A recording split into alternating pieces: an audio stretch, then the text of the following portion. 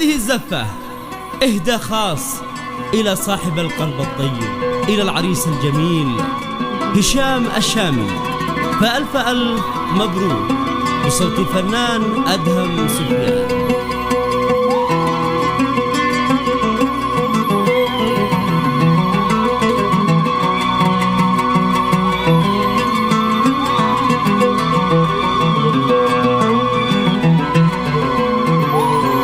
محلاه هشام لا لبس